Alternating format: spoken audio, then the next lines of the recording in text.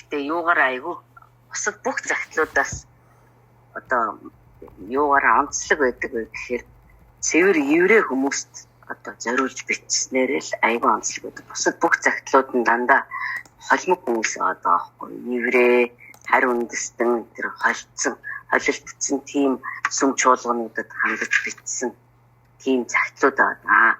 Еврей ном бол бүр цэвэр одоо Израиль хүмүүст тэгтээ бүр Израильда Мосегийн хуулиас эргээд одоо Есүс Христэд итгэлийг шинээр авсан. Тэгээд тэрнийхээ төлөө одоо маш ихээр хавчигдаж гадуурхагдаж байсан. Маш их зовлон амсж байсан. Тэр еврейчүүдэд хандаж бичсэн загтал гэдгээрээ маш их онцлог байгаа. Тийм учраас нөгөө бид нар чинь харь үндэстнүүд бид нар чинь нөгөө энэ Мосегийн хууль мөл сайн мэдэхгүй шүү дээ. Бид нар тэр хуулиар амьдарч үзээгүй. Тэр утгаараа биднэрт нэг талаасаа бас ойлгоход нэлээд төвөгтэй юм шиг. Гэтэ энийг бид нар ойлгох нь аягүй чухал юм билээ. Яагаад гэвэл нөгөө Есүс Христийн давуу байдал тэгээд энэ еврей номыг уншаад байхаар зэрэг Есүс Христ ирээгүй бол яана гэдэг одоо тэр хинт одоо тэр бодол ч юм уу дээ. Эсвэл Есүс Христ ирэх нь өөрөө угаасаа хүн төрлөختний зөвхөн евдээчүүдийн биш.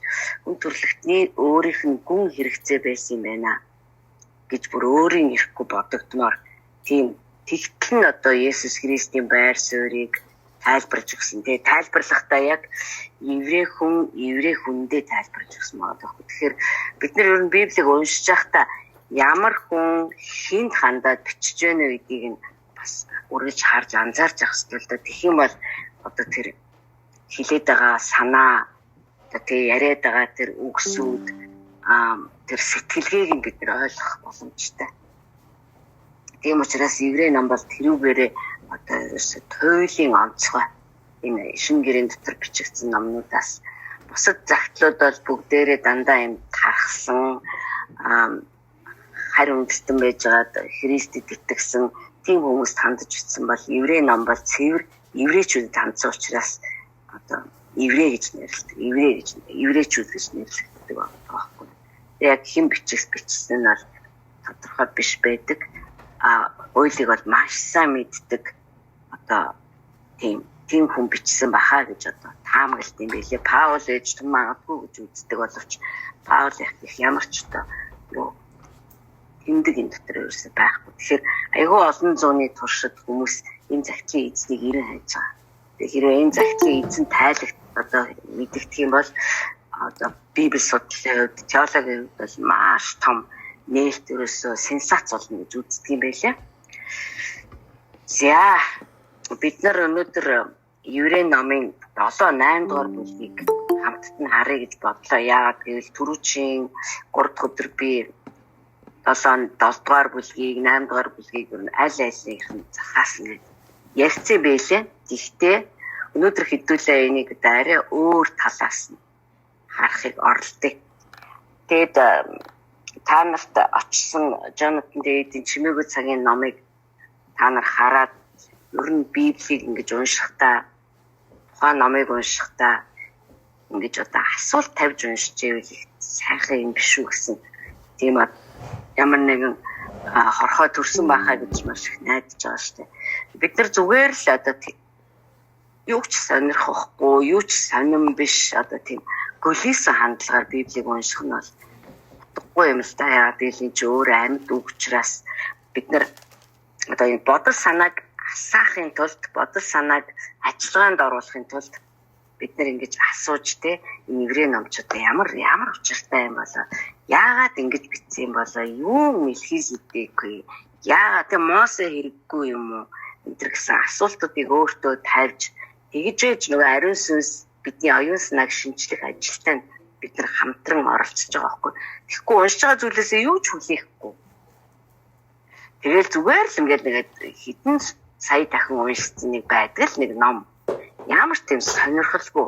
Ингэж уншиж байхад ариун сүнс хүртэл ажиллахад бүр цаанаас нэг аппетитгүй, дуршилгүй яадаг. Эсвэл хоолнд дургүй хүүхдэд хоол өгч байгаа юм шиг тийм одоо жигшүүртэй тий муухай хүндлэлгүй харагдана л да. Тийм учраас бид нар үгийн талаар, Библийн талаар чимээгөө цагч гэж нэрлэж гэнэ үү, юу ч гэж нэрлэж гэнэ, номлолч гэж нэрлэж гэнэ үү, сургаалч гэж нэрлэж гэнэ үү, аль ч талаас нь сүүлийн үед ерөөсө бид нар руу маш хүчтэй өгөөд байгаа дохио юу вэ гэхээр үгэнд одоо өөрөөр ханддаг болоо. Бурхны үгэнд бүр нэг тийм хүсэлтэй, хүлээлттэй одоо тийм халуун амьд ингэж үгтэй харьцаж сураач. Одоо гэж одоо биднийг яг цаанаас минь ятгаад байгаа юм шиг одоо ингэ санагдаж штэ. Бодооч, тунгаа, асуу, надаас асуу, би хариулъя л та гэдэг байгаа юм шиг тий. Тэр энэ бүгдээрээ яг энэ цагт биднийг маш хүчтэй ятгаж байгаа.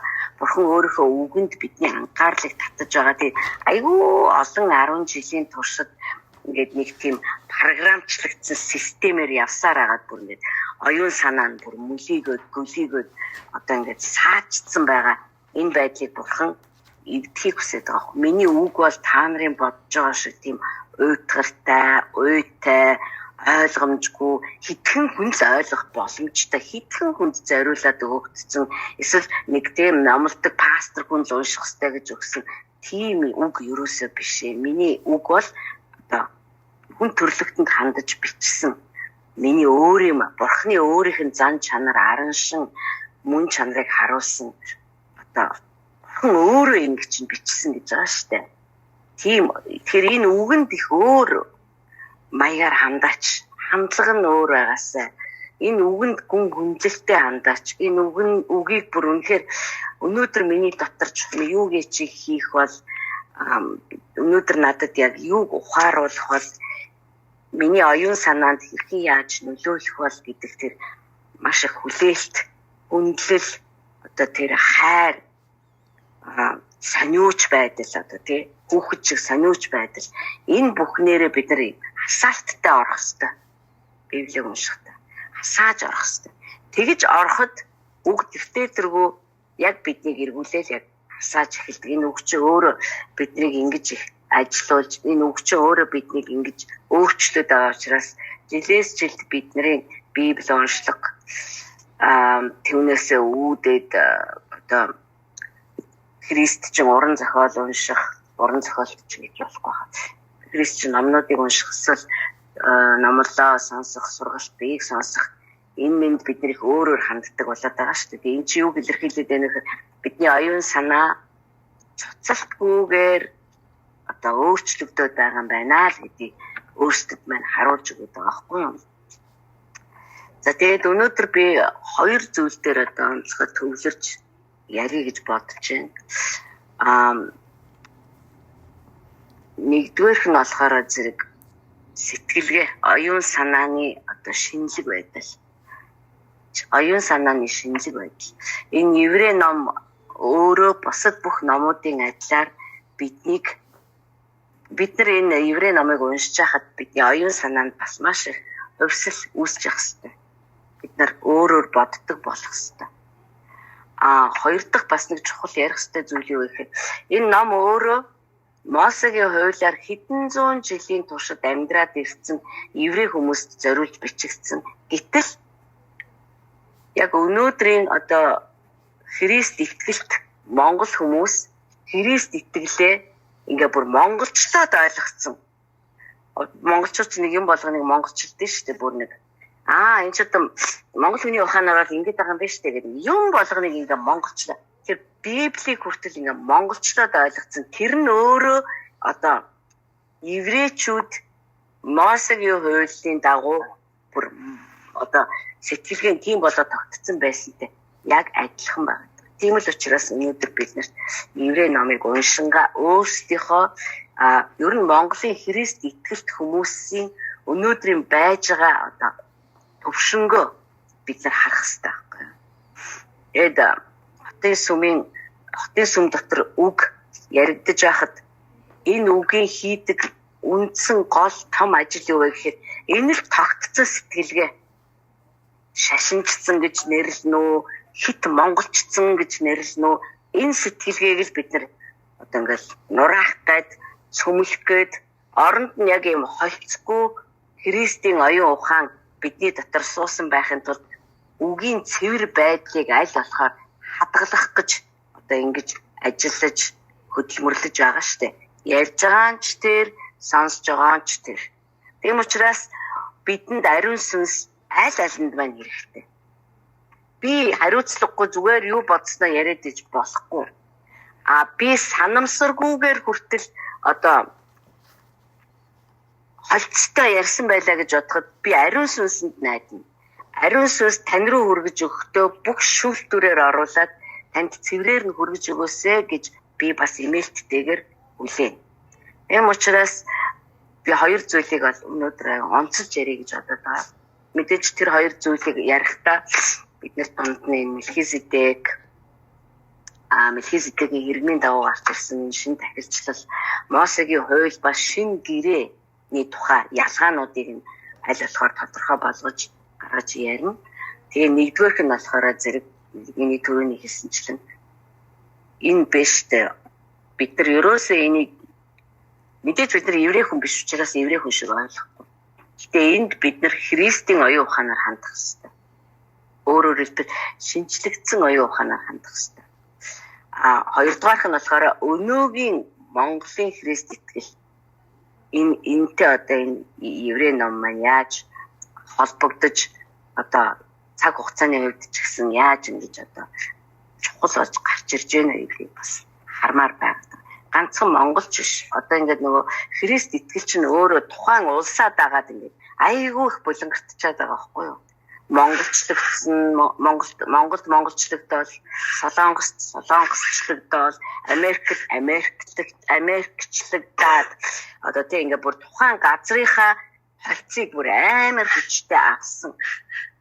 Тэр утгаараа энэ зохиолч яаж тэр еврей хүмүүсийн одоо тэр Мосегийн хуулийг дахиж шүтэлж хэдэн зуун жилээр ингэж одоо дагаж мөрдөж ирсэн тэр сэтгэлгээг нь нураахын тулд яаж ингэж чармааж тайлбарлаж байна. Үгүй бүгд дандаа оюун санаанд тогтсон бат цайз хэрмүүдийг л нураах өгсөд яригдаад байгаа байхгүй юм чинь. Тэр бидний оюун санаанд ч гэсэндээ бас одоо бүр суулгагдсан тийм зүйлсүүд бат цайзууд байгаа. Тэгэхээр хэдүүлээ энэ еврей номын 7-8 дугаар бүлгийг харж байхдаа тэр шинжлэгдсэн оюун ухааныхаа дагуу харахыг оролдоно. Нэг хүн ингэж ицсэн байгаа байхгүй.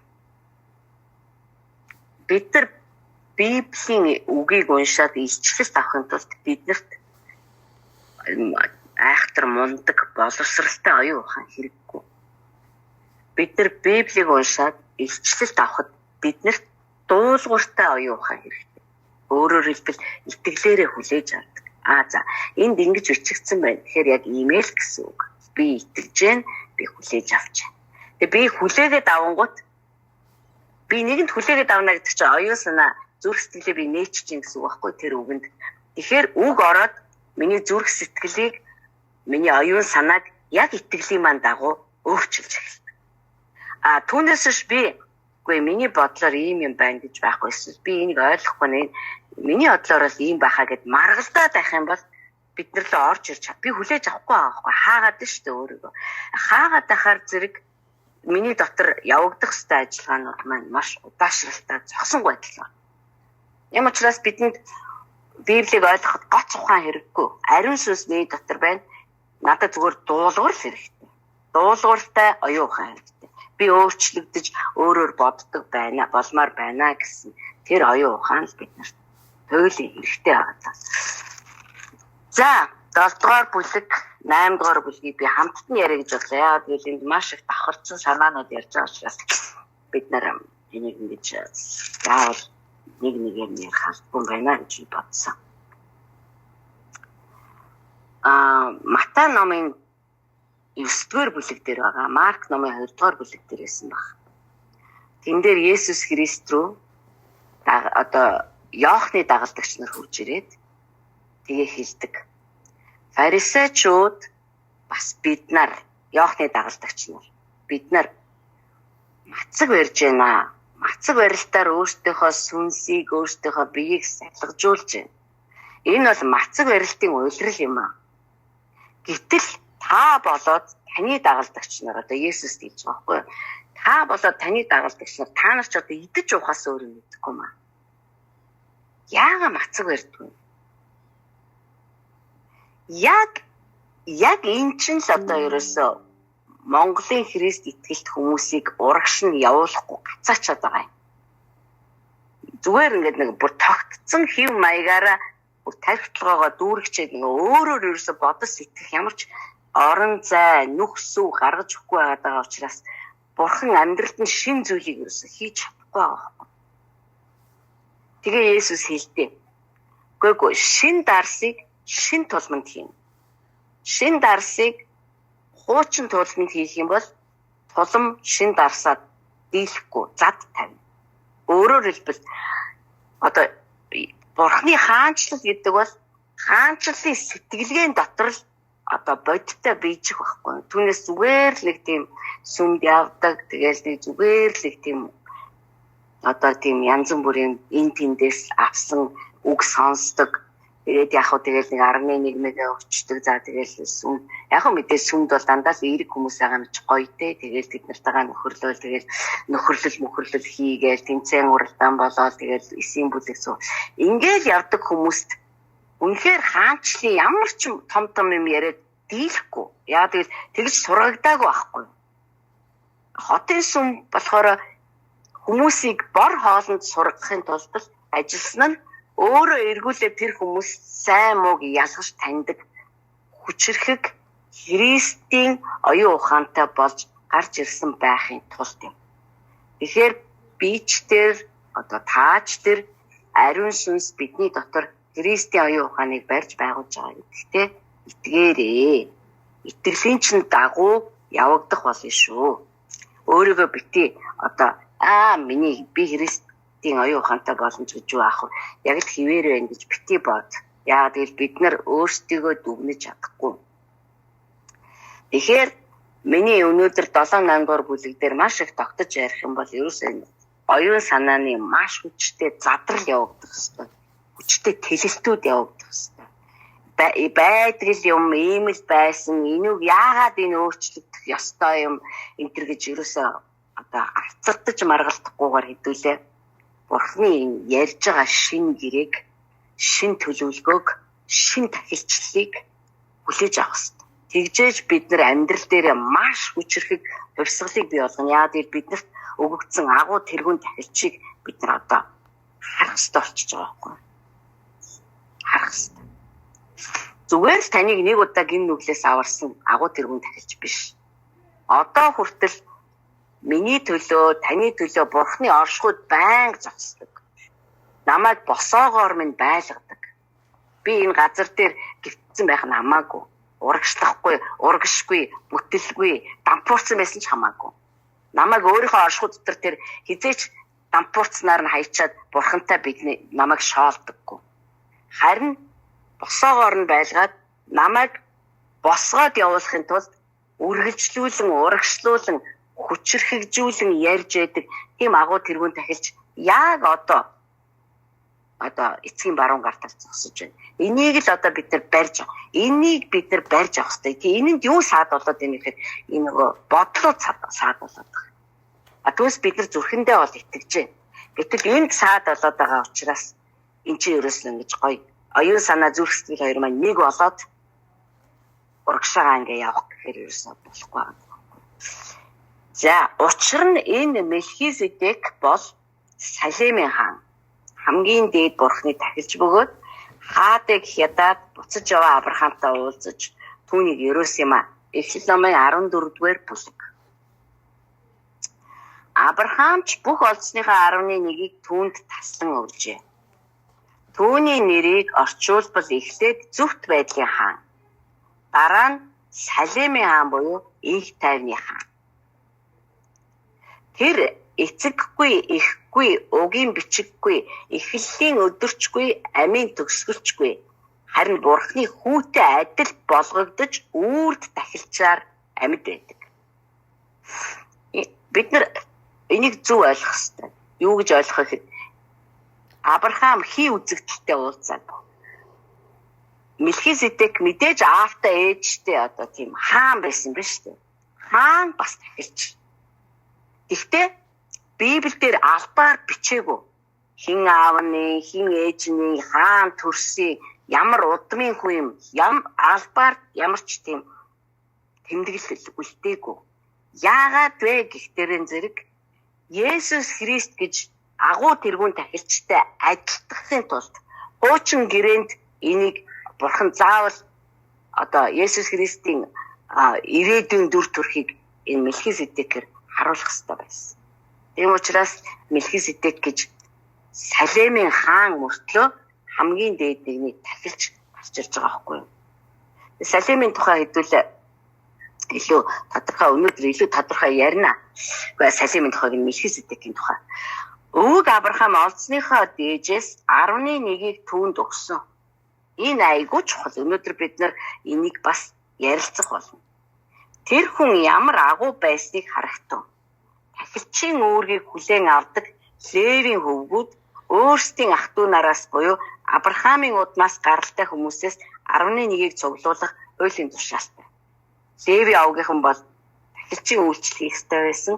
Тахилч нарт бусад бүх авгийнхаа 11 авг 11-гээ өгдөг байсан. Тэд нар өөр ажил хийхгүй. Зөвхөн тэр Левийн тахилчлал хийхин тулд хийдэг байсан. Тэгээд тэдний одоо тахилчлыг барьж байгаа үйлчлэлийн хөлс нь юу вэ гэхээр тэр 11 авгийн одоо 11 өргөдөр 11 юмс.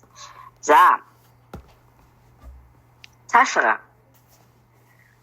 Харин тэр тэдний угийн бичгийг биш боловч Авраамаас 11-ийг хураасан бөгөөд Мелхизедекийг ярьж байна л да. Мелхизедек бол Левийн авгийнх биш ш тэр үед Лев төрөөчгүй байсан. Авраамаас 11-ийг хүлээж авсан бөгөөд амлалтыг авсан Авраамыг тэр ерөөсөн юм аа. Би ойлгомжтой болгохын тулд ингэж танад хэлж өгöd байгаа шүү. Гэтэл ямар ч маргаангүйгээр баг нь агуу нэгнээрээ ерөөгддөг юм аа. Энэ нөхцөлд өөхөх хүмүүс 11-ийг авдсан бол өөрөөр хэлбэл Левийн тахилчлалын үед Левичүүд чи хэдий тахилч хамгийн одоо бурхнаар Мосегийн хуулиар тахилч болж сонгогддог ч гэсэн одоо яалтчгүй өгдөг байсан шүү дээ. Гэхдээ өхөн өгтлөл хүмүүсээс 11-ийг авдаг байсан бол харин Мелхизедекийн хувьд бол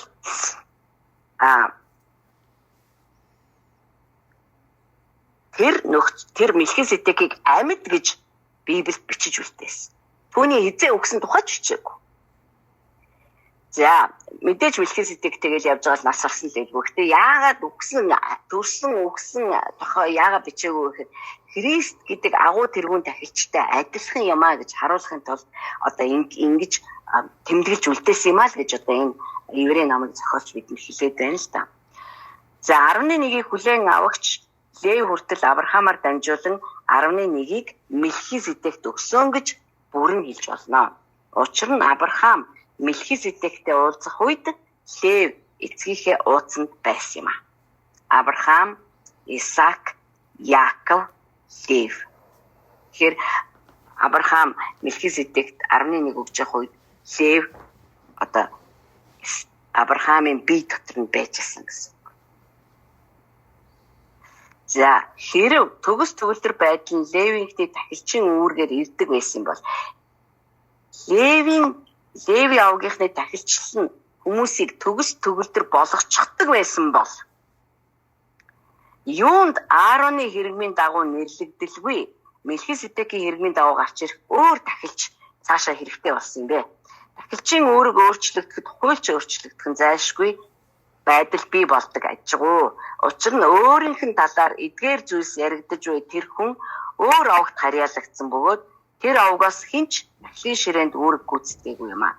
Учир нь бидний эзэн бол Юдагаас гаралтай тодорхой бөгөөд тэр авгт хамаатай тахилч нарын талаар Мосе юу ч хэлээгүй.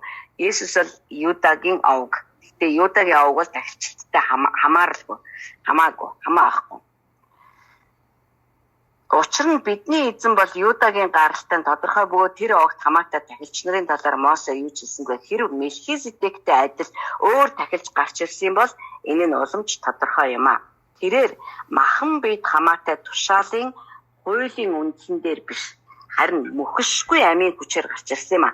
Дахин амьсан амийн хүчээр Есүс Христ агуу тэргүүн тахилж болж гарч ирсэн болохоос ш Мосегийн хуулиар Левийн удмаас гарч ирсэн юм биш. Тэгээ бид нар энэ талаар бас ер нь яагаад ингэж бид нар энийг ингэж тодорхой болгож авах хэрэгтэй талаар ярилцсан. Аваачлаараа гинэ. Аня тасгч биег очсон ядгатай. За, учир нь чи бол Мелкизедекийн хэрэгмийн дагуух мөнхийн тахилч юм гэж гэрчилсэн байдаг. Дуул 110 тэмдэглэл авчих та. Тэгээ дараад нь дуул 110-ыг хараарай. Давидын дуул байгаа. Миний бурхан миний эзэнд хандаад чи миний баруун гар тал суу гэж хэлсэн гэж хэлж байгаа. Давид нөгөө бурхан Есүс хоёрын яриаг сонссон байгаа байхгүй юу? Тэгээ бичсэн байна. Тэгээ бурхан тэнд Есүс Христийг Мелкизедекийн хэрэгмийн дагуу чи үрдийн тахилч байх болно гэж тушаалаа гаргаж байгааг нь сонссон. Давид ч бүр тэр тусмаа бид нар шинэ гэрээний хүмүүс энэ Есүс Христийн тэр тахилчлалын талаар маш тодорхой зөв ойлголттой болсон байх ёстой шүү. Хараатай болсон байх ёстой байхгүй юу? За, учир нь нэг талаар урдын тушаалыг хүчгүй ба ашиггүй байдлаас нь олж хүчингүй болгож байгаа бөгөөд учир нь хууль юугч төгс болгосонгүй. Нөгөө талаар илүү сайн найдвар өгдөж энэхүү найдвараар дамжуулан бид бурханд ойртдгоо. Андгайгүй биш тул үнэн дээр тэд андгайгүйгээр тахилч нар болсон ажээ. Леви авгийнхан бол андгай тангаргаар тахилж болдгоо шүү дээ. Зүгээр Мосегийн хуулиар автоматар би Леви авгийн тахилч байлаа гэж бодоход би өгөхөд миний дараа хэн тахилж болж гарч ирэх нь тодорхой. Тэр хүн муу хүн байна уу, сайн хүн байна уу хамаагүй. Та нар санаж байгаа бол Илигээ тахилж байсан. Тэгээ хоёр хүн аавынхаа оронд тахилчийн үүргийг гүйцэтгэдэг. Бурхны өргөөг бүр үнэхээр гим нүглээрээ дүүргэж ирсэн шүү дээ. Тэд нар ч бол онцгой учраас сонгогдож гарч ирдэг байгаагүй. Зүгээр л Мосегийн хуулиар Аароны удмын хүмүүс тахилчийн үүрэг гүйцэтгэнэ гэж гарцсан учраас сайн хүн, муу хүн, ухаантай, ухаангүй, урт нассан, богино нассан хинч автоматар эцгийгээ дагаад тахилчийн үүргийг гүйцэтгээд явдаг байсан. Тийм тахилчлал байсан байх нь. Энийг уншиж байхдаа та бүр бичиж өөрөө судалгаа хийж болно шүү дээ. Левийн тахилчлал гэж яг юу юм? Хэн болдог байсан? Юу хийдэг байсан? Яаж амьдардаг байсан? Ямар ажил хийдэг байсан? Та нар өөрсдөө судалж болох байхгүй. Судлах ч ёстой шүү дээ. Ер нь бол. За. Тэд нар андгайгүйгээр тахилж болсон. Харин тэр Есүс Христийг хэлж байна л та. Есүс өөрт нь эзэн тангаргалсан бөгөөд өөрөө санаагаа өөрчлөхгүй чи үрд тахилч байна. Дуул 110 гэж айлцсан нэгний андгаагаар тахилж болсон. Тиймээс Есүс илүү сайн мэдээний батны дагч боллоо. Нэг талаас урдын тахилч нар үе олноороо оршин байсан. Яагаад гэвэл тэднийг ажлаа үргэлжлүүлэхэд нь үхэл саад болдог байсан. Гэвч нөгөө талаас Есүс Христ мөнхөд байдаг тул өөрийн тахилчийн үүргийг байнга гүйцэтгэв. Энэ бүр тасарсан тахилчлал байгаа даа байхгүй. Тиймээс тэр өөрөөр нь дамжуулан бурханд ойртогсдыг бүрэн төгс аврах чадвартай. Учир нь тэр тэдний төлөө зуучлан залбирахын тулд үргэлж амьд байдаг. Бид нар тэгдэж штэ. Миний төлөө залбираарай. Би ийм асуудалтай байгаа шүү. Миний төлөө залбираарай. За тэгэл пастортаач хэлнэ, өөр хүмүүст ч хэлнэ. Хараа агуу тэргүүн тахилч бүр миний төлөө залбирах хэрэгтэй байна гэж би бодож эхлэжгүй байхад тэр тахилчийн ажлаа хийгээд эцгийн баруун гартаас зогсож идэг. Энэ ухамсарыг л хэдүүлээ энэ ухамсараар энэ оюун санаагаа шинжлэх хэрэгтэй байна. Тэгээд эзэндээ талархах хэрэгтэй. Танд үнэхээр баярлалаа. Та миний төлөө зуучлан ярьсаар байгаа учраас хичнээн олон удаа бидний гэм нүглээс аварсан бид нар мэдэхгүй. Хичнээн олон удаагийн алдаа, дутагдал, зөрчлөөс аварсан ямар гэчийн ангалаас биднийг татаж авсан бид нар мэдэхгүй. Христэд итгэснээсээ хойш шүү. За итгэхээс өмнө ч ялгаа байхгүй. Яагаад гэвэл тэр биднийг мэдхээс өмнө бидний төлөө зуучлан гуйж байдаг. Петрт Есүс хэлсэн шүү дээ бүр дахин ойлгохоос өмнө шүү дээ бүр загалмай цовдлогдохоос өмнө. Чи надаас урвна гэхдээ би чиний төлөө залбирсан. Тийм учраас чи эргэж сэргээгдэн. Тэгээд чи анд нөхдөө хөл дээр нь босгоно.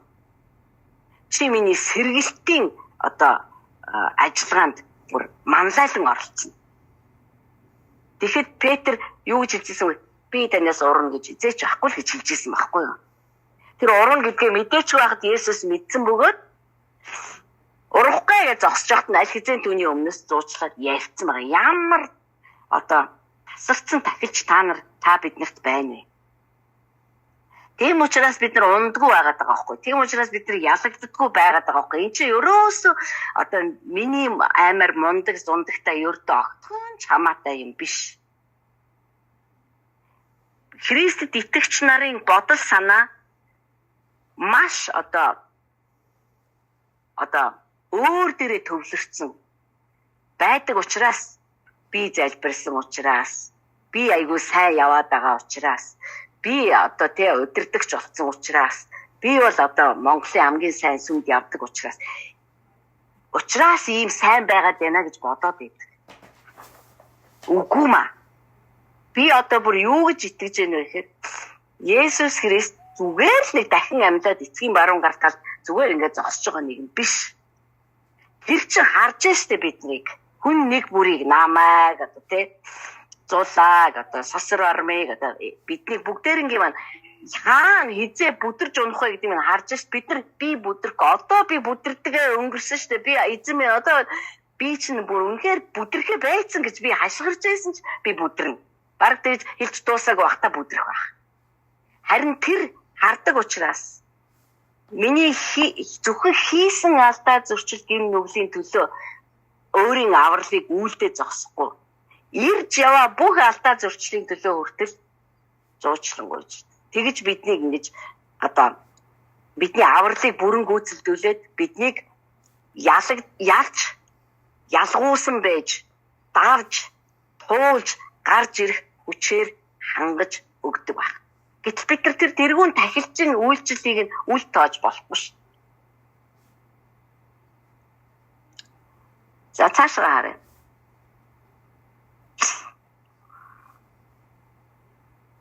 Учир нь тэр тэдний төлөө зуучлан залбирахын тулд үргэлж амьд байдаг. Амен.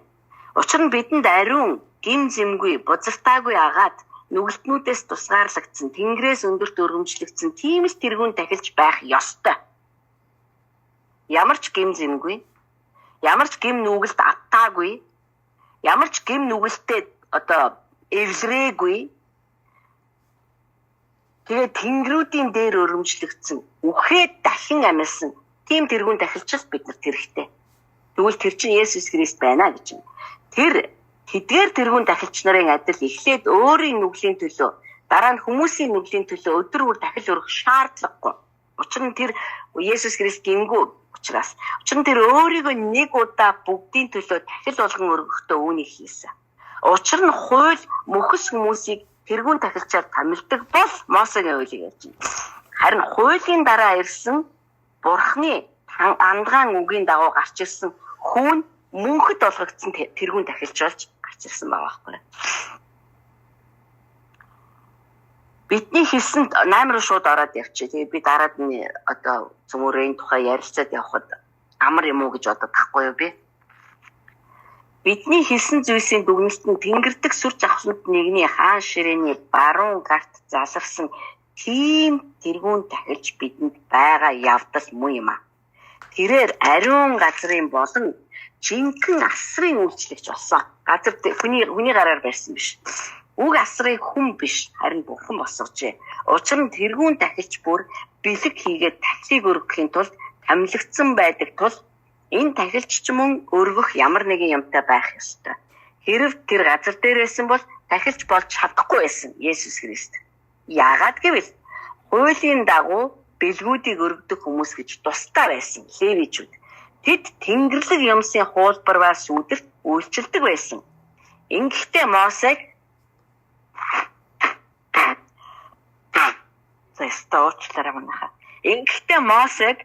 асрыг босгож дуусгах гэж байхад нь түүнд хэрхэн сануулсанчлан үйлчилдэг. Учир нь Бурхан Мосед Чамд уулан дээр харуулсан загварын дагуу чи бүгдийг хийхдээ анхаараарай гэсэн юм аа. Харин идүүгээ Есүс гойд сайн үйлчлэлийг хүлээн авсан. Манайха бидний эзэн Есүс Христ зөвхөн аврагч болоод дуусаагүй маа. Тэр зөвхөн дахин амьсан нэгэн болоод дуусаагүй. Тэр чинь бүр илүү дээр сайн үйлчлэлийг хүлээж авсан. Тэр нь юу вэ гэхээр эцгийн баруун гартаар зогсоод мөнхөд зуучлан ярьж өөрөөр нь дамжаа бурхан руу ирж байгаа хүмүүсийг аврах чадвартай. Аврагдсан нэгнүүдийг босоо байлгах чадвартай. Тийм тэргүүн тахилчийн ажлыг, үйлчлэлийг шинээр хүлээж авсан байна.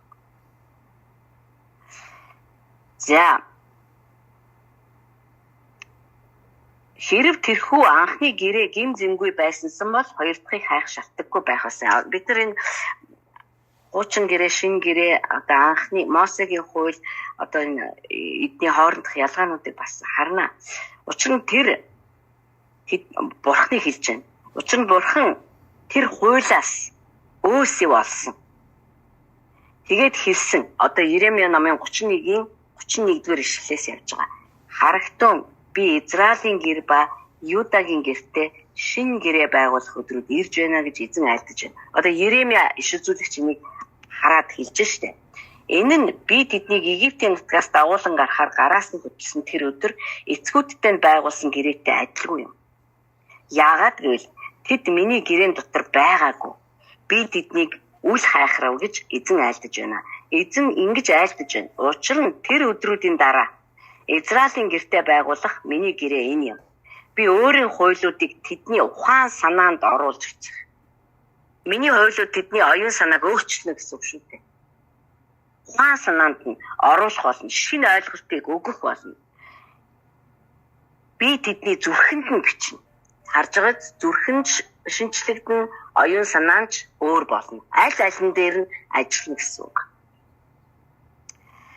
Би тэдний бурхан болно, тэд миний ард түмэн болно. Тэд нутгийнхандаа болон өөрийн ах トゥ болгонд эзнийг мэд гэж сургахгүй. Яа гэвэл хамгийн багаасаа хамгийн агуун хүртэл хувьчлан намайг мэдэх болно. Яагаад гэвэл би тэдний гин бурууг уучлна, өршөөнө. Би тэдний гин нүглийг арчиж хайна. Гэв тэр шин гэж айлдахдаа анхныхыг хуучин болгов. Хуучирч удсан юмс алга болоход бэлэн байна. Миний одоход бол шин гэрээний итгэгч одоо энэ 21-р зууны итгэгч нар бол одоо өөрсдийнх нь оюун санаа яг ямар байх ёстой тэр үннийг өнөөдрөөр мэдэх зайлшгүй шаардлагатай. Бид нар Христэд итгэдэг хүмүүс. Бидний зүрх зөвхөн итгэлээр дүүрэн, зөвхөн итгэлээр удирдагдаа зогсохгүй. Бидний оюун санаа хүртэл тэр итгэлийн дагуу шинчлэгдэж тасралтгүй өөр болж байгаа хэвээр. Өөрөөр хэлбэл бид нар юмыг өөрөөр хардаг болох хэвээр. Одоо бид нар эд баялагын тухай ярьж जैन тий одоо санхүүгийн талаар бид нар яавал одоо цусалдахгүй хөл дээрээ босгоё гэж ярьж байна. Юунаас эхлэх вэ гэхээр бодол санаа маань шинчлэгдэж бурхан баялагийг юу гэж харддаг юм бэ? Бурхан одоо тий санхүүг юу гэж харддаг юм? Бид нар түүн шиг бодож эхлэхгүй бол бид нар юу ч бүтээж чадахгүй. Тэгэхээр одоо хэдүүлээ 7-8 дугаар бүлэг дээр ярихдаа Мелхиседекийг Есүс Христтэй харьцуулаад харъя. Энийний дараа би таныг Мелхиседекийн талаар ямар нэгэн ойлголттой болсон байхаа гэж найдаж байна. Эхлэл номын 14 дээр очие. Яа гэвэл Мелхиседекийн талаарх мэдээлэл бидэнд Библиэлд тийм их байхгүй. Эхлэл номын 14 дээр байгаа, дуулал номын 110 дээр Давид дуулсан байгаа. Тэгээд Еврей номон дээр л нэлээд илгэрүүлжсэн байна. За эхлэл номын 14. 17 дугаар ишлэл Авраамыг Хевдерлаомерийг хамсаатан хаадтай бут зохиод буцаж ирэхэд нь 18 Салемийн хаан Мелхиседек талах дарс бариад түүнийг угтаж гарч ирсэн. Энэ Мелхиседек яагаад Авраам түүнд 11 өгсөн? Яагаад Мелхиседек заавал Христтэй холбогдоод байгаа юм? Биднэрт өгсөн мэдээллийн дагуу бид эндээс тодорхойлох гэдэг шүү дээ. Тэгэхээр хаатай хятад дүүгээ аваад тэгээд одоо ялагчийн дүрээр тэр чин 300 гаруйхан дайчтай аваад очсон үншүүтэй Авраам. Тэгтээ тэр ялцсан. 5 хаан, 4 хаан, 2 одоо 9 хааны тулаан дунд тэр ялт байгуулад ямар ч гар цохирлгүйгээр бүх юм хүнтэй, эд юмстай, дайны олз молз бүгдийг аваад гараад ирсэн. Энэ шиг ялт гэж одоо үнэхээр нэрээ надад ч танд ч байгаасаа тийм ээ. Яг тэр үед түүнийг Содомын хаан огтож гарч ирсэн. Гэхдээ тэр яах вэ? Хамгийн гол нь тэнд Салемийн хаан Мелхиседек түүн дээр ирэхдээ талах ба дарсыг бариад гарч ирсэн. Есүс Христ өөрийгөө өгөхдөө дагалдагч нартай хэлсэн тийм. Энэ бол миний та нарт өгч байгаа бие юм аа. Би энэ биеийг хугалснаа. Та нар талах хувааж идэхдээ намайг дурсаарай. Та нарын төлөө бие өгсөн миний үхлийг дурсан санаж яваарай. Энэ дарс бол миний асгарах цусыг төлөөлж байгаамаа. Энэ цусыг би та нарын төлөө урсгах болно. Энэ Мелхиседек яг талах дарс өрөөд Авраамыг одоо тосоод гараад ирсэн. Бүр албаар уулзсан. Энэ Салемийн хаан өөрөөр хэлбэл Салем гэж газрын хаан. Гэхдээ Салем гэдэг нь амар тайван гэсэн. Амар тайвны хаан. Би тэнд хэлж штэ. Талах ба дарс бариад гарч ирсэн. Христийн өөрийгөө өгөх тэр загалмайн ажлыг бүр зөвгнөд гараад ирж байгаа байхгүй юу? Талах ба дарс. Миний биеийг ид, миний цусыг уу. Тэгэхгүй бол та нар надтай хамаатай байж чадахгүй. Есүс Христийн үгийг санаж байгаа сте та нар те. Есүс Христ өөрөө дээрээс ирсэн талах байсан. Түүний загалмай дээр урссан цус нь түүний ам байсан. Дараад нь энэ Мелхиседек өөрөө зөвхт байдлын хаан. Нэр нь. Тэгээд тэр бас амар тайвны хаан. Есүс Христ өөрөө зөвхт байдлын бас амар тайвны хаан. Яагаад амар тайвны хаан? Яагаад зөвхт байдлын хаан бэ гэхээр загалмай дээр цовдлогдож нас орохдоо үхлээрээ бурхантай бүх зүйлсийг эвлэрүүлсэн. Ямар ч дайсагналгүй болтол нь эвлэрүүлсэн. Хэрэг хүн Христийг хүлээж авах юм бол энэ эвлэрлийг амсна. Энэ эвлэрлийг бүр өөртөө хүлээж ав. Есүс Христийг хүлээж аваагүй хүмүүс бол бурхантай дайсагнал хэлвэрэлээ. Библи хэлэхдээ зөвхөн хүн төдийгүй бүх бүтээл хүртэл байх ёстой байрлалаасаа хөдөлсөн гэдэг Колосын номон дээр. Бүх юм эмх замбраагаа алдсан. Гим нүглээс болоод. Харин Христийн загалмай дээр үхлээр дамжуулаад хүн байтугай хамгийн жижиг атом хүртэл бүгд байх ёстой байрандаа орсон, байх ёстой байр суурь эзэлсэн, одоо бурхантай бүрэн эвлэрж, бурхан хүн хоёрын хооронд мөнхийн амар тайван тогтсон. Тийм учраас бид нар энэ ертөнцийн биш амар тайвныг өөрсдийнхөө амьдралд бүрэн хүлээж авсан. Бид нар яагаад энэ амар тайван дотор нь амар тайван амьдрч чадахгүй зөрчилддөг вэ гэхээр дахиад энэ оюун санааны туйлын хязгаарлагдмал.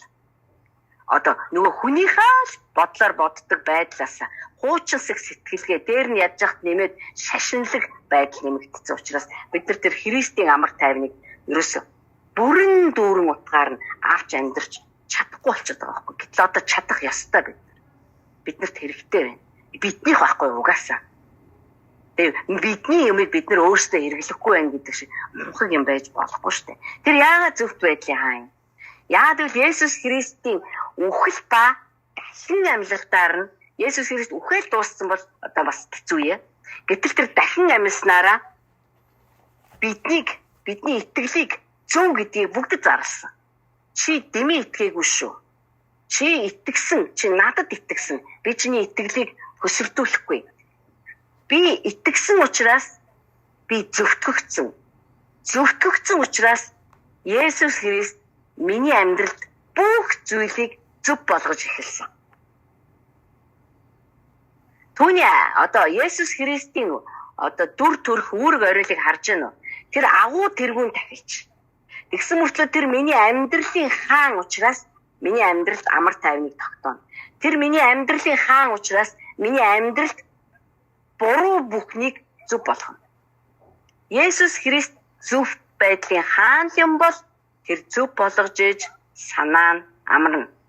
Тэр биднийг буруутсан ч, буруу юм хийж байсан ч, буруу юм хийх гэж байсан ч зөв болгохын тулд ажиллаж байдаг. Тийм учраас бид нар түүнд танд баярлалаа. Таныг би магтаж байна. Таныг би хүндэлж байна. Би яста ханаа дүрээд хоолоос өсөн ч хамаагүй таныг магтана. Та битээр бидний амьдралын ямар буруу зүйлсүүдийг яаж зөв болгож байгааг энэ хоёр нүдээрээ харахгүй энэ чинь энэ нүдэнд харагддаг юм биш. Харин итгэж амьдрах юм бол итгэлийнхээ нүдээр миний амьдрал ямар зөв болж байгааг, буруу байсан харилцаанууд хэрхэн зөв болж байгааг, буруу байсан санхүү хэрхэн зөв болж байгааг, буруу байсан хүмүүжил эцэг их хүүхдийн харилцаа, буруу байсан ажил төрөлмөө хэрхэн зөв болж байгааг тэр байтугай улс орон дотор маань өрнөж байгаа үйл явдлууд хүртэл буруу байхаа болоод зөв болж байгааг бид нар харж байна. Тийм учраас Мелхиседек тэр чигтээ Христийн дүр төрх нь байсан байна. Тэр талах дарс бариад гараад ирсэн. Тэр амар тайвны хаан, тэр зөвхт байдлын хаан. Тэгээд дээрэс нь их сонирхолтой. Дээрэс нь Авраамд бурхан аль хэзээний амлалтаа өгсөн байсан. Энэ Мелхиседектэй уулзахаас өмнө. Гэсэн ч гэсэн амлалтыг авсан Авраамтай Есүс Христийн тахилчлалын Есүс Христийн тахилчлал уулзаж гар ирж шээ. Энэ ч нэг загалмай дээр цовдлогдсон Христийн ажил чинь бүр Авраам дээр бүр ажиллаж байгаа байхгүй юу? Авраам тэрийг харсан. Тэр харсан учраас тэр хизээч үйлдэж байгаагүй. Цаашаа ч дахиж хийгээгүй. Ганцхан удаа хийсэн тэр 11-ийг өргөл болгож өргөсөн тэр ажлыг Авраам хийсэн байна. Тэгээд Авраамыг ерөөсөн Тэнгэр газрыг бүтээсэн хамгийн дээд бурхан Авраамыг ерөөх болтугай. Тэр чинь амлалтыг аль хэзээний авсан шүү дээ. Авраам дотроо би угаасаа ерөөгдсөн шүү дээ. Тэгэл яваад өгөхөр. Гэтэ энэ бол хүний бодол. Гэтэ Авраамд тийм хүний бодол байгаагүй. Авраамд Христийн оюун ухаан байсан. Тийм учраас тэр өөр юмыг харж ирсэн. Харсан ч учраас тэр бүх олсон өөрт байсан бүх зүйлийнхаа сорыг 11-ийг нь Мелхиседект өгсөн. Тэнгэр газрыг бүтээсэн хамгийн дээд бурхан Авраамыг ерөөх болтугай. Тэгэнгүүтээ та нарын дайсныг гартчин тушаасан хамгийн дээд бурхан ерөөгдөх болтугай. Ийм ерөөл хэлсэн Мелхиседек. Тэгээд Авраам түүнд 11-ийг өгсөн. Энэ дэштэй юу яригдж байна вэ гэхээр түрүүн бид нар ярьсан тий. Есүс Христ бол бүр Леви авгийнхныг төрөөчгүй байхад Леви авгийнхан төрөхөд Авраамын бие дотор түүний ирээдүйн хүүг бүрдүүлэх эс байж л байсан шүү дээ. Өөр удам цаашаа Исаак, Яаков Яаковын 12 хүүгээд төрөхс тэд нар бүгдээрээ Авраамын бие дотор байсан. Тэгэхээр тэд нар бүгд аавтайгаа нийлээд Авраамтай нийлээд Мелхиседект 11-ийг өргөсөн. Нөгөө 11-ийг авдаг Лев ч хүртэл эцэгтэйгээ хамт дахил өргөсөн. Өргөлөө өргөсөн. Тэгэхээр энэ Авраамын өргөж байгаа 11 энэ тэр Мелхиседект хандаж байгаа хандлага хүндлэл бол зүгээр л нэг тийм хаан гарч ирээс нөгөө чи амар сэтгэл нь хөдлөөл уярж муйраад уянгийн хайлс болоод өгсөн юм. Огтоосоо биш. Тэр дахиад нөгөө бурхантай хамт алхсан чинийгээрээ өөрчлөгдсөн оюун ухаанаараа огт өөр юмыг харсан ба. Энэ агуу нэгэн байна. Надаас агуу. Яагаад гэвэл хизээч баг нь их зэрэг дэвээр ярих юм бол баг нь томыгоо ерөөхгүй шүү. Заавал том нь багыгаа ерөнө. Тэр та нар санаж байгаа бол Йосефийн аав нь фараоныг ерөөдөн шүү. Хамгийн гол нь фараон хүртэл те бурханд одоо итгэдэггүй мөртлөө одоо тэр Яаковаас өөрийгөө жижиг гар юм байна гэдгийг мэдрээд байгаа байхгүй. Яаков ч хаан биш шүү дээ. Гэтэл энэ хүн бол намайг бүр ерөөх тийм надаас өндөр одоо төвшний хүн юм байна гэдгийг тэр хаан мэдсэн учраас Яаковаар дуулууртай гихчин одоо ерөөлгсөн ба. Тэгэхээр энэ агуу байдал нь түүнийг бас Христтэй адилтгаж байна. Тэгээд энэ ерөөл биш дээ. Авраамд маш чухал зүйлийг мэдүүлсэн. Энэ юу байсан бэ гэхээр Авраам чамд байгаа бүхэн, чамд ирэх бүхэн бүгдээрээ бурхных.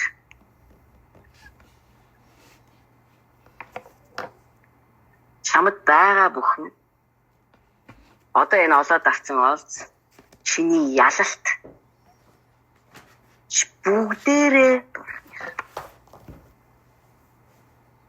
Яг энэ үгийг хэлсний дараа Авраам 11-ийг өргөж байгаа байхгүй. Тэгэхээр бид нар сүм чуулганд явдаг хүмүүс бид нар 11-ийг өргөдөг. Одоо бид нар 11 бол юу ч юм байна ч гэж бид нар одоо 11 биднэрт байгаа бүхэн бурхных тоглоомгүй нэрээ. Бид нар энийг эрийн сайнаар, эмийн сайнаар олж аваагүй. Биднэрт байгаа амьгүй эдэмс, биднэрт байгаа өөр хүүхэд, амьтаа биднэрт өгөгдсөн их орон, амьдрах газар бүрээс надад амьдрахад хэрэгтэй гэд өгсөн бүхэнд бурхных. Бурхан надад өгсөн нярвлаа гэж. Сайн нярвал, сайн одоо үйлчлэгч шиг сайн зохицуул, сайн хурааж хуримтлуулж зарж, сайн хурааж хуримтлуулж түгэ. Хуваарил гэж надад өгсөн, үржүүл, олшруул гэж. Авраамд маш гүн мэдлэг ирсэн байхгүй энэ үед. Чамд байгаа бүхэн өнөөдрийн энэ агуу ялалт хүртэл бурхнаас юм аа. Тэгэхээр хараа Авраамын оюун санаа бүр үнэхээр бурхан дээр төвлөрөхөөс яах юм бэ? Өөрт нь байгаа бүхэн амлаад байгаа ирж яваа үр удам нь хүртэл түүнээс гэхээр тэр чинь бурхан дээр төвлөрөхөөс өөр яах юм? Юм учраас бидний оюун санааны шинжилэлт юунаас эхлэх вэ гэхээр юу ч болж исэн түүн дээр төвлөрөхөөс эхэлж байгаа юм. Бодит байдал бидний амьдралын нөхцөл байдлууд, амьдрал дээр болж байгаа үйл явдлууд, ороо бусгай зүйлсүүд, улс оронд өрнөж байгаа үйл явдлууд үргэлж бидний анхаарлыг яавал болж өгөх сарниулах вэ гэж ажиллана. Өөрөөр хэлбэл одоо харанхуй хүчин тэрийг бидний анхаарлыг сарниулахад айгүй амжилттайгаар ашиглахыг л бодно. Гэсэн ч бидний оюун ухаан Христ дээр, Бурхан дээр бүрэн төвлөрсөн байхын тулд намайг чадваржуулах гэж ариун сүнс миний дотор амьдардаг. Тэгээд агуу нэгэн учраас Авраамыг өрөөж байгаа нь өөрөө Христ Есүстэй адилхан болгочихж байгаа.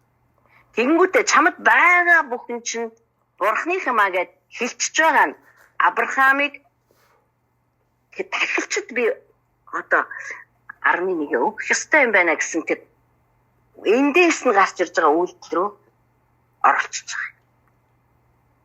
Тэгэхээр 11 гэдэг чинь эндээс харах юм бол зүгээр л нэг мөнгө төгрөг одоо тийм юмны тухай яриа биш. Сүм оршин тогтнох, сүмийн байр одоо пастрын цалин өгөх тухай биш. Би таныг энэс илүү давж хараасаа гэж бодож байна. Энд чинь өстэй надад байгаа бүхэн таних юм аа гэдгийгээ би хэлж байгаагийн илэрхийлэл байгаа байхгүй. Хайртаава. Надад байгаа бүхэн таних шүү. Тийм л учраас би танд олсон бүхнийхээ 11-ийг нь өргөж байна. Энэ нэг юм илэрхийлээд байгаа байхгүй энэ 11 чинь. Өгдөг хүмүүс бүр одоо энэ чинь тэгэхээр хүндлэл харьяалал би таних та минийх та би таны эзэмшил, та миний эзэн. Одоо энийг батлан илэрхийлж өгч байгаа одоо ийм илрэл. Тийм учраас бид нар энэ өргөл 11-дээ яаж хандж байна гэдэг чинь өөрөө бидний амьдрал дээр бурхан одоо эд баялагийг цутгахгүйгийг шийдэх гэдэг байгаа байхгүй. Тэгэхээр энэ тэргүүн тахилчийн маш тод шинж тэмдэг болохоор зэрэг 11-гээ өргөсөн одоо энэ Авраамын үйлдэл байсан. Авраам бурхнаас амлалт авсан. Авраам бурхан хоёр алхаж явлаа. Мелхиседек гарч ирлээ. Талхтаар гарт нь байлаа. Мелхиседек түүнийг хамгийн дээд нэгний өрөөлөө байгаа бүхэн чинь түүнийг шүү гэдгийг түнд хэллээ. Авраам эргүүлээ түнд 11-гээ өгөхөд түүний бие дотор байсан Исаак, Яаков, Яаковын 12 хүү, 12 овог Израиль үндэстэн бүхлээрээ түнд хүндэтгэл өргөөд 11-ийг өргөсөн. Еврей намын зохиолч юу гэсэн гэхэд харж гэнэ үү? Тийм л учраас та нарт амьдраад үхдэг тахилч хэрэггүй. Дахин амьлтын хүчээр гарч ирсэн мөнхөд амьд байдаг тэр Христ хэрэгтэй. Тэр Есүс Христ хэрэгтэй. Тэр агуу тэрүүн тахилч хэрэгтэй. Тэр агуу тэрүүн тахилч чинь Есүс Христ байхгүй юу та гэж ятгаад байгаа байхгүй. Энэ Мелхиседекийн одоо Христтэй адил байгаа байдлыг нь одоо харуулж байна. Өөр хинч Авраамыг одоо энэ тэнд явж байхад ингэж өрөөгөөгүй. Бурхан өрөөжсэн биетээр ингэж хурж ирээд түүнийг бүр ингэж одоо өндөр төвшний одоо байр суурь өрөөж байгаагүй. Энэ бол гарцаа ахгүй агуу тэргүүн тахилчийн байр суурийн дагуу хийгддэг зүйл. Тийм л учраас Есүс Христийг Левийн удмих гэж нэрлэегүй. Есүс Христийг Мосегийн удмих гэж хэлээгүй. Есүсийг Аароны тахилчлалын дагуу гарч ирсэн гээгүй. Аароны тахилчлалын дагуу гарч ирэх ёсгүй байсан. Яа гэвэл Аароны тахилчлалын дагуу гарч ирсэн тахилчлал чинь ямар ч яаж ч хичээж ажиллаад хүнийг төгс болгож чадахгүйсэн шүү. Харин Есүс Христ Мелхиседекийн дагуу гарч ирж байгаа Есүс Христ бол хамаагүй дээр байр суурийг эзэлдэг бөгөөд хизээч өгөдгүй. Гарч ирэхдээ би дахилж олно гэж орилж гарч ирээгүй. Дахин амьсан учраас Бурхан бас амдгаа тангаргаа өгсөн учраас Бурхан тангаргаа өргөөд Есүс Христ үхсдээс дахин амьлаад тэгээд тахилчлалын байр суурин дээр очсон. Леви удмын ямар ч тахилч ийм аймар зүйл хийгээгүй чадахчгүй. Тийм учраас Бурхан өөр одоо газраас энэ шин тахилчлалыг гаргаж ирсэн. Гэхдээ оргуу хоосноос биш. Өөрөөр хэлбэл Мелхиседекийн хэрэгмийн дагуу гарч ирэх юм а гэдгийг өөрт нь хэлсэн байсан. Одоо тэгээ энэ гүйцэлтэй гарч ирсэн. Тэгэхээр бидэнд байгаа агуу тэргүүн тахилч бол найдвартай. Бурхны оршихуйд байнга зогсдог. Та бидний нэрийг байнга ярьж идэг. Бидний амьдралд болж байгаа бүх зүйлсийг Бурхантай ярилцаж идэг. Та би худлаа яриаггүй. Би тэгж итгэдэг. Библиэлд бичсэний дагуу тийм байна. Миний өмгөөлөгч гэж хэлсэн. Миний анд нөхөр гэж хэлсэн. Миний агуу тэргүүн тахилч гэж хэлсэн. Тэр надтай хамаатай бүхэн тэнд яригдж байгаа л гэсэн үг. Яригдж байгаа. Зүгээр бид нар тэгэхээр нэг тийм шалтар бүлтэр юм яриад идэг агуу тэргүүн тахилчтай хүмүүс бас биш. Миний нэг өмсөх говтос идэх хоол моолыг төлөө яриас зогсож идэг нэг юм биш. Тэр юу гэж ярьдаг бол гэдгийг бас мэдмээр байгаа. Тэр мэдээж өөрийнхөө агуу тэргүүн тахилчийнхаа одоо хүрээний дотор л ярьдаг гэж таараш. Тэгэхээр энэ Мелхиседек бол одоо миний сая хэлсэн шинж тэмдгүүдийг харахад яа харахгүй Есүс Христтэй нэг тахилчлалын угсаатай болох нь харагдаад байна. Талхтарсыг нь харсан ч тэр Авраамыг өрөөж байгаа өрөөлийг харсан ч тэр хүлээж авч байгаа 11-ийг нь харсан ч тэр Авраамыг өрөөж байгаа өрөөл одоо тэр Авраамын чамд байгаа бүхэн Бурхны хамаа гэж хэлж байгаа. Эргүүлээд Авраамийн хариу үйлдэл үзүүлж байгаа. Энэ бүхэн нь өөрөө Есүс Христтэй шууд удмын хамаа, шууд нэг ижил байр суурьтай юм гэдгийг биднэрт харуулж байгаа. Ийм л учраас Еврей номон дээр Мелхиседекийг бол туйлын хичээнгүйлэн тайлбарласан байна. Өнөөдрийн бидний амьдралтай яг еврейчүүдэд хандаад бичсэн байж байгаа юм аа. Өнөөдрийн бидний амьдралтай ямар хамаатай бид нар ямар юу биш. Харин үндэстнүүд штэ. Бид нар Мосегийн хуулиар амьддаггүй штэ гэж бид нар хэлж болно. Тэгвэл хэдүүлээ Мосегийн хуулийг яагаад энд хэрэггүй болсон гэж бичиж байгаа юм бэ? Яагаад тэгж хэлээд байгаа юм бэ гэдгийг зүгээр харъя. Мосегийн хууль чинь Мосе зохиогоогүй. Бурхан өөрөө бичүүлсэн, өөрөө өгсөн штэ. Тэгээд Бурхан өөрийнхөө өгсөн хуулийг яагаад хэрэггүй болчлоо? Би энийг хүчингүүд тооцчлаа гэж яриад байгаа. Бурхан чинь тэгэж ярих ёсгүй үстэй гэж бид нар бодож байгаа баг. Бурхан энэ Еврей номон дээр Бурхан зохиолчор дамжуулаад ярихдаа Бурханы хууль бол төгс Есүс Христ хэлэхдээ хуулиас нэг ч цэг таслал алга болохгүй гэсэн. Тэнгэрч хуучрна, газар ч хийлэгдэнэ. Одод хүртэл өнгөн бүүдийн харин миний үг бол хизээч уучрахгүй, үргэлж шинээрээ байна гэсэн. Тэгвэл яагаад энд Мосегийн хуулийг хүчингү болгосон гэдэг? Мосегийн хууль чинь Бурханы үг шүү дээ. Тэгэхээр энэ юр бусын тайлбар байгаа. Энэ хууль хүнийг төгс болгож энэ хууль хүнийг төгс болгох боломжгүй байсан. Нэгдүгээрт. Яагаад Бурханы хууль чи яагаад хүнийг төгс болгож чаддгүй гэж биднээс асуулт төрж байгаа шүү дээ. Яагаад болдгүй юм? Бид нар чинь Бурханы үг бол намайг өөрчилдөг барьдаг гэдэг байгаа шүү дээ. Бурханы хууль Мосегаар дамжуулаад Леви Аароны овгоос тахилчлал төрж шүү гэж тогтоогдсон байсан. Яагаад Бурхан Есүс Христийг гаргаж ирэхдээ энэ хуулийг хүчингү болгосон бэ гэхэд тахилчлал нь өөрчлөгдөж байгаа учраас хууль нь өөр болчихж байгаа. Бид нар штэ Мосегийн хуулиар амьдэрдэггүй, бид нар сүнсний хуулиар амьдэрдэг. Мөн үү? Сүнсний хуулиар амьдэрдэг шалтгаан маань ариун сүнс бидний дотор орж ирсэн учраас. Ариун сүнс орж ирсэн шалтгаан маань Есүс Христ үхээд дахин амьлаад эцгийн баруун гар талд заларсан учраас. Тэр бидний дотор сүнсээр амьдруулж сургахын тулд ариун сүнсийг илгээсэн. Энэ сүнс биднийг дотроос маань ариусгаж, цэвэршүүлж, бидний оюун санааг Христийн оюун ухаанаар шинчилж, бидний зүрх сэтгэлд байгаа бүхий л бохир цэрийг ариусгаад биднийг Бурханы хуулийг дагдаг чадвартай болгодог дотроос маань, гаднаас биш.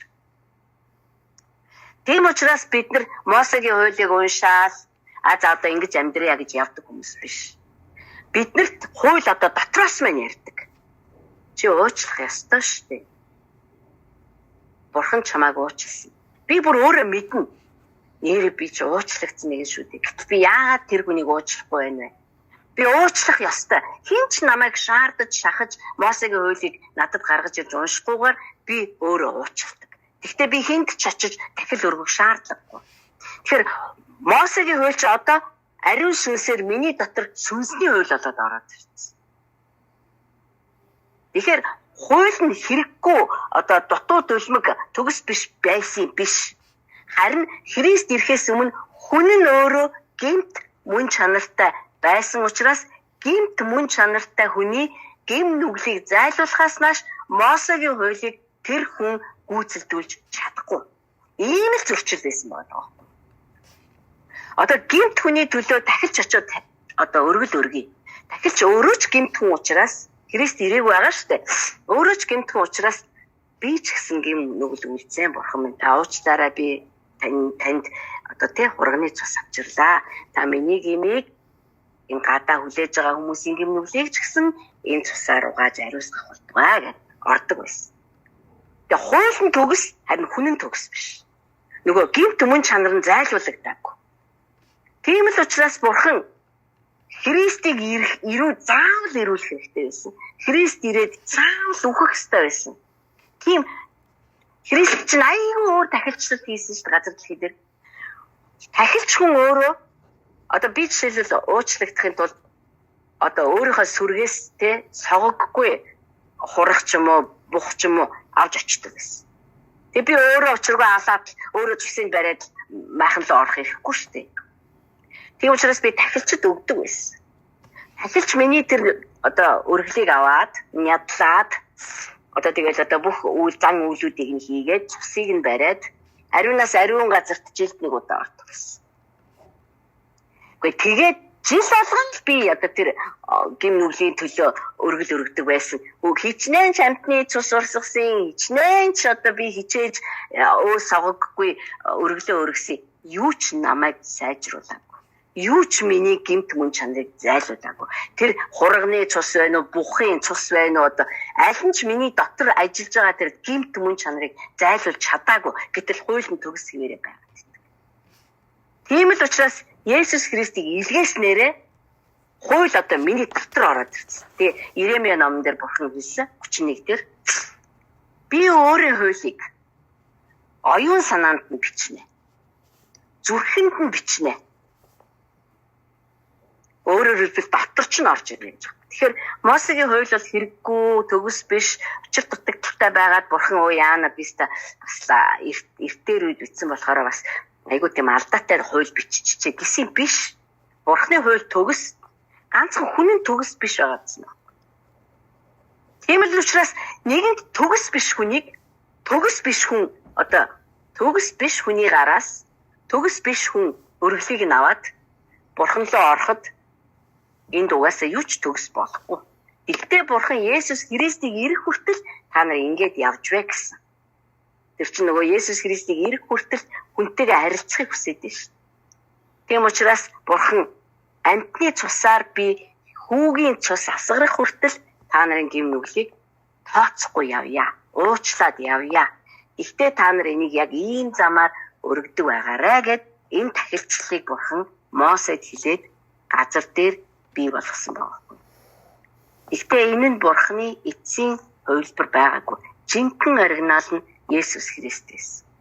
Тэгээд Есүс Христ энэ газар дэлхий дээр ирэхдээ тэр тахилчийн ажлыг өгөхөөс өмнө зүгээр 3 жил 6 сарын турш үйлчлэж байхдаа тахилчийн ажлаа хийж байсан шүү Есүс Христ.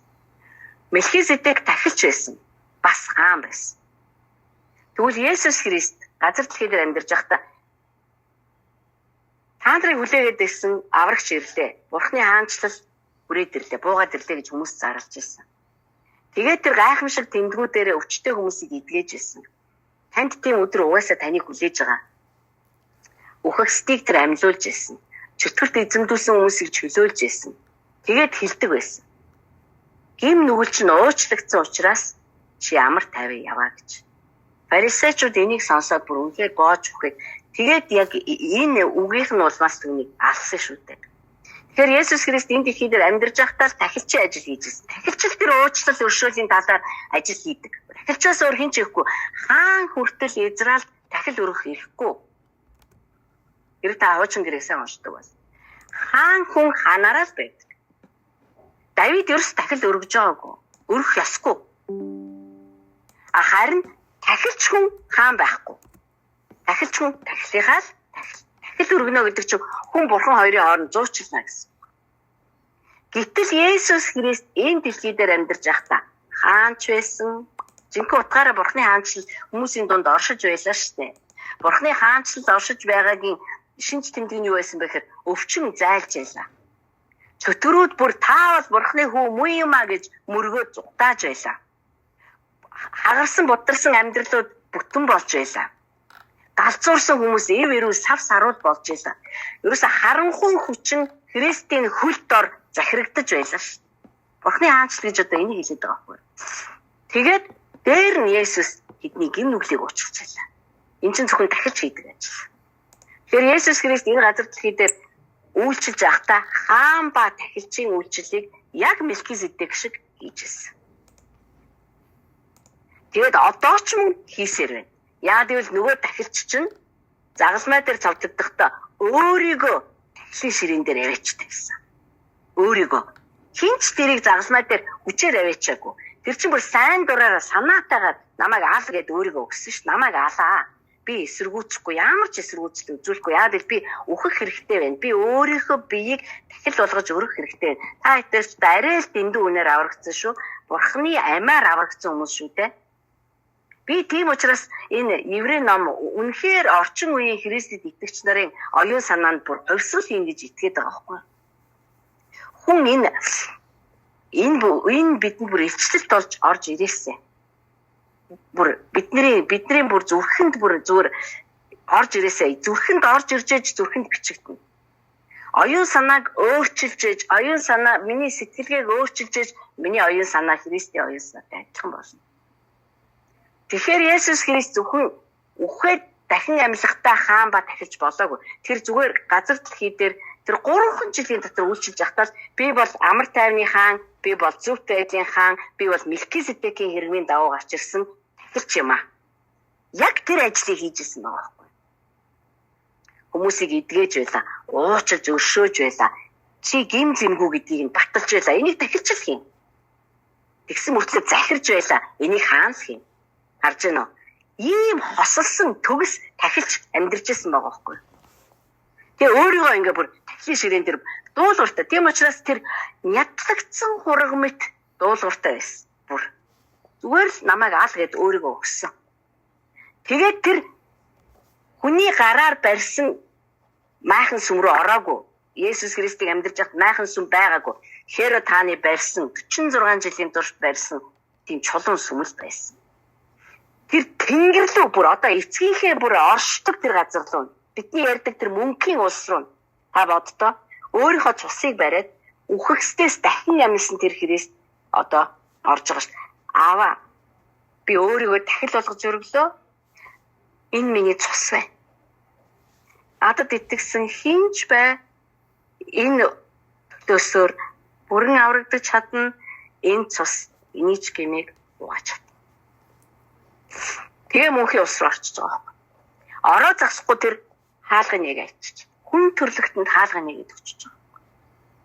Тийм л учраас та бүхэн 24 цагийн хэдэн цагт нь чамаагүй дураараа очиод аа сайн байна уу? Таньда баярлалаа. Танийхаа өмнө ирлээ гэж уйлал майлал орилол эсвэл дуулаад бүжиглээд бид нар яриад дими балаа зөндөө хэрэгтэй хэрэггүй зөндөө юм ярьдаг. Хизээч бурхан бид нарыг чигшдэггүй. Бид нарыг одоо чи одоо юу яриад байгаа гэдгүү. Яа тэгвэл хүүгийн цус биднийг бүр байнга угааж яадаг. Дээрээс нь Христ бидний төлөө ярьж яадаг. Дээрээс нь ариун сүнс бидний төлөө ярьж яадаг. Бид нар яаж чигээд ийм зүв болох боломжгүй байсан байхгүй юу? Бидний зөвхт болгогдсон нь надаас ерөөсөө биш. Энэ цэвэр Христийн өөрийгөө тахил болгоод өгсөн. Ямар тахилч ингэж хийж чадах юм? Мосеч энийг хийж чадахгүй шүү дээ. Яг л Мосед ч ийм тахилч хэрэгтэй байсан баа. Өөрийгөө тахилын ширээн дээр тавьж өгдөг. Тэгээ өөрөө тэр цусыг авангуудаа яг эцгийнхээ сэнтийн өмнө авчихдээ. Тэгээд тэр оршихуй тэр чигээрээ түүний цусаар ярьж идэг. Бидний төлөө, биднийг халахлж, биднийг угааж, биднийг цэвэрлэж, бид нар хэрвээ энийг илчлэлт болгож авах юм бол бид нар дахиж хизээж буруутгалд өөрсдийгөө тавьж өгөхгүй. Биднийг буруутгах тэр цусны эсрэг ярьдаг ам гэж байхгүй. Ганцхан миний ам л байна. Би ангалтай сайн биш ээ. Би ер нь ойлгохтой биш байгаа. Би ер нь ийм тийм. Би өөрийнхөө амаар л өөрийгөө буруутгаж шít. Өөр харанхуй ертөнцийн амыг буруутгах чадахгүй. Тэр Христийн цусыг буруутгах зүрхч байхгүй тэрэнд. Тийм учраас би энийг орчин үеийн Христэд итгэгч нарт ямар хэрэгтэй вэ? Энэ бидэнд байх ёстой итгэл, бидэнд байх ёстой үнэмшил, бидэнд байх ёстой амин сүнс минь байхгүй юу да? Биднийг зоригтой байлгадаг шалтгаан маань. Биднийг босгоод аваа явдаг шалтгаан маань. Биднийг ялалтаас ялалт руу, итгэлээс итгэл рүү аваачдаг шалтгаан маань энэ байхгүй юу? Түүнээс биш өөр юу ч биш. Энэ бидний хийгээл, бүтээгээл ингээд мэдээж бид нар одоо ямар нэг юм хийх хэрэгтэй учраас хийдэг. Гэтэ хийдэг юмнасаа болж биш. аль хэзээний хийгдсэн Христийн ажлын улмаас энэ юр бусын байр суурь, энэ юр бусын зөвтгөл, энэ юр бусын амар тайван, энэ юр бусын тахилчлал бидэнд өгчөд байгаа юм. Тэгээ зогсохгүй бурхан эргүүлээд биднийг дэлхий рүү засаглалчны мөрөн дээр байх болно. Чи ч мөн дэлхийн ертөнцийн хүн төрлөختөнд тахилч шиг үйлчлээрээгээд биднийг эргүүлээд илгээсэн. Тэгмэл учраас бид нар хүмүүсийн нэрийг бурханы оршихуй дотор дуудаж ярьдаг. Та тэр хүнд хүрээсэй. Юу хийж байгаагаа мэдэхгүй байгаа тэр хүнд хүрээсэй. Нүдийг нээж өгөөсэй. Таныг олж харах одоо тий зүрхнийх нь мэлмийн нэгдээсэй. Бидний ажил чинь бас тахилчийн ажил шүү дээ. Бид нар бүгд агуу тэргүүн тахилчийн дор тахилчийн үйлчлэлийг энэ газар дэлхий дээр хийдэг. Бидний Монгол байна уу, еврей байна уу, бидний хэн байх нь хамаагүй. Бид нар одоо бүгд Мелхизедекийн хэрмийн дагуу түүний тахилчлалт дор хаант тахилч нар болсон. Түүний хаант улсын тахилч нар нь болсон. Бид нар өштэй одоо бид нар эзэнгүй хээр ганцаараа одоо мас хариулаад амьдарч байсан ч би бурхантай чөлөөтэй харьцсан. Надад түүний тулд заавал хэмээгийн хэрэгтэй биш. Гэтэ мэдээж тэр биднийг эмх цэгц дотор байлгахын тулд чуулган байгуулагддаг. Бид нар паструудын удирдамжинд ор явдаг. Бидэнд сүнсний эцгүүд өгөгддөг. Бид нар сүнсний эцгүүдээрээ сахилгажуулагддаг. Хүмүүжигддэг. Харин өнөөдөр одоо заавал одоо сонирхолтой хачирхалтай тийм сэтгэлгээтэй итгэгч нар зөндөө байгаа. Цуглаандаа явахгүй бол ингэч 11 өргөлөө өгөхгүй бол одоо би баларна. Одоо би пастраар залбируулахгүй бол би ерөөсөө итгэхгүй. Одоо эн чинь яг энэ хуучин Мосегийн хуулиар одоо амьдрах гэж ядаад байгаа тэр төгс биш хүмүүсийн хийдэг байсан зүйлсүүд мөн баггүй. Бид нар чинь шинэ гэрээний дотор амьдарч байна. Биднэрт аль хэзээний зуурчлагч байж байна. Биднэрт хувийн өмгөөлөгч байна. Биднэрт бүр хувьчлан харилцаж өөрийнхөө хэргийг авчиж өгдөг. Тэгээд намайг баттай хамгаалаад миний хэргийг шүүхтэр ялуулж чаддаг тийм хуульч байна. Өмгөөлөгч, агуу тэргүүн тахилч байна. Намайг бүр өнгөрсний алдаа байтугай ирээдүйн алдаанаас хүртэл зуурчилж ярьдаг. Тэгэхэд чи бид нар яагаад заавал хүнийг шүтээл, хүнийг бишрээл одоо бид нар хүндлэх ёстой. Гэтэ бишрч шүтэх боломжгүй шүү дээ. Гэтэл орчин үеийн итгэгч нар бүр үнэхээр дэндүү их хүнээс хамааралтай болсон. Би ч гэсэн энэ Библи судлалыг байсхийж байгаа л та нартай хийдэг. Миний надад цор ганц нэг л хүсэл байдаг. Энэ бүхний эцэст хүмүүсийн дотор энэ түүний үгийг ухаж төнхөж эндээс тэгж оюун санаагаа өөрчилж түүний үгийг хүндэлж хайрж тэр үгээр нь хэлбэржигдэх тийм халуун хүсэл нэг боловч хүнд төрчөөсэй л гэж би энийг хийдэг. Түүнээс энэ дандаа ингэж хийгдээд байвал бас айгүй бол хүн гэдэг амьтанд дасамтгай юм болохоор дасуулах. Тийм учраас би та нарын дотор нэг тийм дуршлыг бий болгох гэж л одоо хичээж зүтгэж байгаа шүү. Ийм гайхалтай аврал бидэнд байна. Ийм гайхалтай аврал надад байна. Ийм гайхалтай зүйл танд байна. Энэ бидний баялаг байхгүй юу? Энэ бидний баялаг. Матай номын 6 дугаар бүлэг дээр чи газар дээр мууддаг эд баялаг хураахынхаа оронд тэнгэрт үл муудах эд баялагийг хураа гэж хэлсэн. Яг энэ баялаг байхгүй юу? Хинч надаас авч үлч чадах баялаг. Энэ ертөнцийн эд баялагтай зүүрлэхийн аргагүй эд баялаг. Энэ бурхны Христ доторх энэ алдартай энэ нууц. Энийг бид нар хаанаас ч одоо олж мэдэж худалдаж авч одоо тий эн чинь ингээ хаасайгуу зарж идэг ч юм биш. Хаасайгуу яригдаасаа биелээ.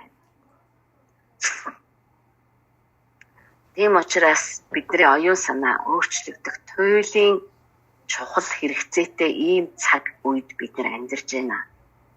Бид нар агуу тэргүүн тахилчийн тахилчлалт дор бүр үнэхээр амьдарч сурах тийм цаг үе ирсэн байна.